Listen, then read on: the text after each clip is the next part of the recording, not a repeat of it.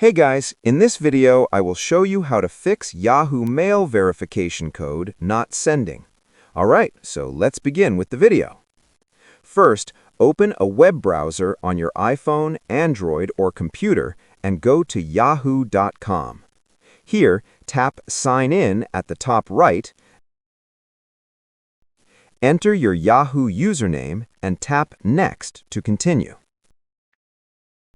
On the next screen, Yahoo may ask for your password or attempt to send a verification code by email or text message. If you don't know the password or the verification code isn't arriving, tap Forgot Password. Yahoo will again try to send a code to your linked email address or phone number. Make sure to check your spam or junk email folder and also check whether your text messages are being filtered or blocked. If you're still not receiving the verification code, scroll down and tap Select Another option. From here, you can choose Call Premium Customer Care.